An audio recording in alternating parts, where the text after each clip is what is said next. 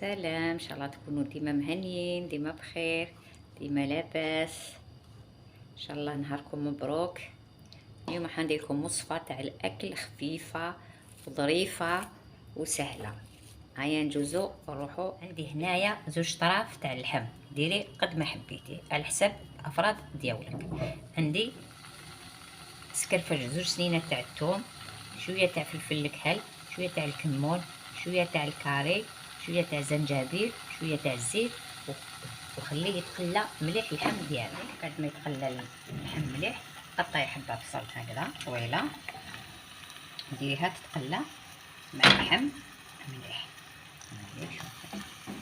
خليه يتقلى لك مليح حتى يدبل كامل هذاك البصل.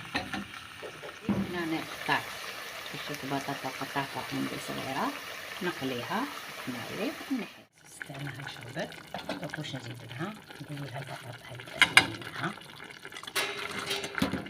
خليها واحد 10 مينوت ورشيها شويه تاع الماء.